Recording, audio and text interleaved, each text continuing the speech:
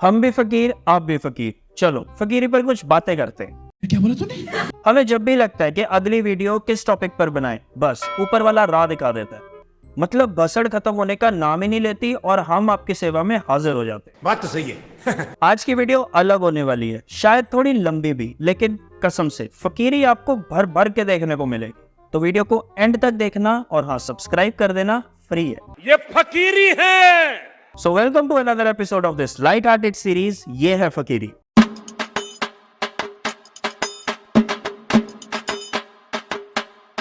जैसा कि आप सब जानते हो, हम सिर्फ फैक्ट्स पर बात करते हैं क्योंकि हम किसी पॉलिटिकल पार्टी को सपोर्ट नहीं करते। हमारा कोई पॉलिटिकल एजेंडा नहीं है and we love and respect our prime minister. जनता को आप मूर्ख समझना बंद कर दीजिए। नहीं, सच्ची, हम सिर्फ फैक्ट्स पर ही बात करते हैं।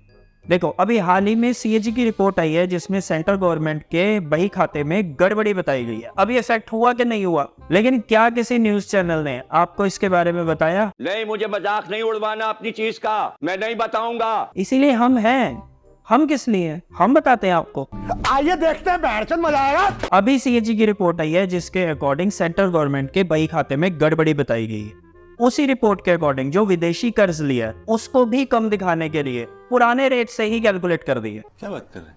अभी यहाँ पर हमें पता है अंधभक्त फिर शुरू हो जाएंगे कि ये एंटी बीजेपी है, ये एंटी नेशनल है, या ये चैनल ऑपोजिशन के साथ मिला हुआ है। हम यहाँ पर बस सिर्फ इतना ही पूछना चाहते हैं उन भक्तों से कि क्या सीएजी भी एंटी नेशनल है, क्योंकि हम तो सिर्फ उन्हीं की रिपोर्ट बता रहे हैं। भक्तजनों कैसे हो सालो? देखो, चचन पार्टी नई नई योजनाएं तो लेकर आती है। अभी विश्वकर्मा योजना लेकर आई है, लेकिन सीएजी की रिपोर्ट के अकॉर्डिंग जो पैसे संसद मंजूर करती है योजनाओं के लिए वो कहीं और ही लग रहे हैं। अब कहाँ लग रहे हैं वो हमें नहीं पता, वो हमें क्या, वो सीएजी को भी नहीं पता। अब हुई ना ये फकीरी प्रो लेवल। अब विदेशी कर्ज को कम बताने की बात करें तो आपको कितना बताया गया है? 4.39 लाख करोड़। लेकिन 2003 के एसबीआरएम एक्ट के नियम को अगर लागू करें तो 6.58 लाख करोड़ बनता है। वैसे आपको पता ही होगा कि जितना भी पैसा है ये आपका और हमारा ही है। बाकी टेलीग्राफ में पूरी रिपोर्ट छपी है, अगर फ्री टाइम हो तो पढ़ लेना, नहीं तो ये वीडियो दोबारा देख लेना। ये बड़ी अच्छी बात कही आप। अब यहाँ एक बात समझने की है कि हम सवाल पूछते हैं सरकार से, और सरकार किसकी है? हमारे चचा की। अब ऑपोजिशन से सवाल करे तो करे क्या? उनके हाथ में कुछ हो तो। दोस्त, बेकारी नहीं आप, बहुत पैसा है अपने पास। हाँ, जो उनके हाथ में है वो उन्होंने कर दिया। उन्होंने 14 एंकर्स को गोदी मीडिया के बॉयकॉट कर दिया। लेकिन हम यहाँ पर उनसे ये भी पूछना चाहते हैं कि 14 एंकर्स को बॉयकॉट करके होगा क्या? करना ही था तो चैनल्स को बॉयकॉट करते। क्या बात, ये बात है। और हम यहाँ आपसे भी ये कहना चाहते हैं कि अगर आपको ये गलतफहमी है कि ऑपोजिशन के, कांग्रेस के या जो इंडिया अलायंस है उसके अपने फेवरेट एंकर्स नहीं है, तो आपकी गलतफहमी है। हर पार्टी के, हर नेता के अपने फेवरेट एंकर्स होते हैं। कोई उनको ओपनली बॉयकॉट कर देता है जैसे इन्होंने बॉयकॉट किया। कुछ एंकर्स को चिन्हित किया जाए और उनके इस तरह के शोज में, इवेंट्स में हम लोग न जाएं। कोई उनको साइलेंटली बॉयकॉट करता है, जैसे कि आपको याद होगा। ये झूठ है, झूठ है, झूठ है। अच्छा, इन सब में मजे की बात पता है क्या है? मजे की बात यह है कि ऑपोजिशन ने 14 एंकर्स को बॉयकॉट किया और हमारी जो सरकार है, हमारे जो चचा की सरकार है, वो अचानक से फ्रीडम ऑफ स्पीच की बात करने लगी। ये संविधान और लोकतंत्र को कुचलने का काम राहुल गांधी जी ने लाइसेंस दिया। Article 19 gives you freedom of speech. मतलब कुछ भी। हम हमेशा कहते आए हैं, हम आज फिर कह रहे हैं, इस हमाम में सब नेता नंगे हैं। फिर चाहे वो कांग्रेस हो, चाहे वो बीजेपी हो, चाहे वो टीएमसी हो, या कोई भी लोकल या नेशनल पार्टी। ये प्रॉब्लम्स कभी भी सॉल्व नहीं करनी चाहिए। इनको आपकी और हमारी ग्रोथ से घंटा कुछ लेना देना नहीं है। ये आपस में ऐसे ही वो फाइट करते रहेंगे, अपनी जेबें भरते रहेंगे, आपको हिंदू मुस्लिम के नाम पर लड़वाते रहेंगे, आपको मुद्दों से भटकाते रहेंगे और आपको फकीर बनाते रहेंगे। समझ रहे हो आप? समझ रहे हो? अब यहाँ पे समझने की बात यह है कि इसमें इनका फायदा है, क्योंकि आप जितने फकीर बनते जाओगे आप उतना ही इनकी फ्री की स्कीम्स के ऊपर डिपेंड होते जाओगे, उससे अट्रैक्ट होकर इनको वोट करते जाओगे।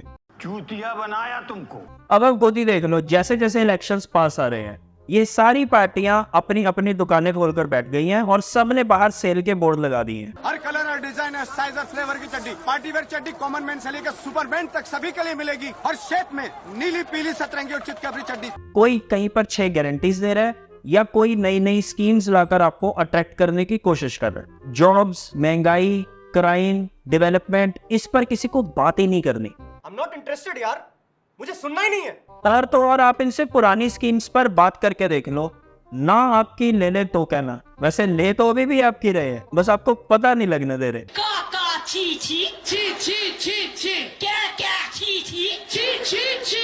नहीं समझे? हम हैं, हम समझाते हैं।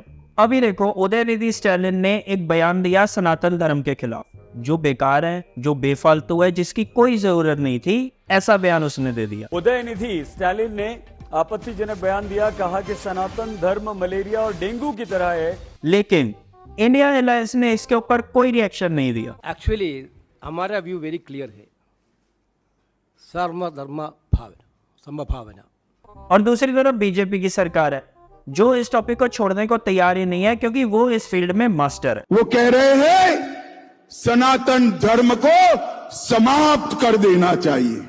अब इन सबके बीच में देखो आपका क्या फायदा हो रहा है। हम बहुत छोटे लोग हैं, हम बहुत मामूली लोग हैं, हम आम आदमी हैं, हमारे पास पैसा नहीं है। चलो आपको एक और फैक्ट बताकर समझाने की कोशिश करते हैं, जो शायद गोदी मीडिया भूल गया। वो 2024 की तैयारी में लगा हुआ है, हम उसको डिस्टर्ब करेंगे ही नहीं। I love you Modi ji. Ranchi में हैवी इंजीनियरिंग कॉर्पोरेशन लिमिटेड के एम्प्लॉइज को पिछले 18 महीने से सैलरी नहीं मिली है, जिस पर कोई मीडिया बात नहीं कर रहा, जिस पर किसी को कोई फर्क नहीं पड़ रहा। हमको एक चीज समझ में नहीं आ रहा है कि देश में इतना कुछ घट रहा है, देश में इतनी सारी कंपनियों का कायाकल्प हो रहा है, बहुत सारे क्षेत्र में इन्वेस्टमेंट्स की बात हो रही है, बहुत सारी कंपनियों को बैठाने की बात हो रही है, लेकिन जो एक कंपनी मदर इंडस्ट्री है, उस कंपनी के लिए इतना खराब व्यवहार क्यों किया जा रहा है?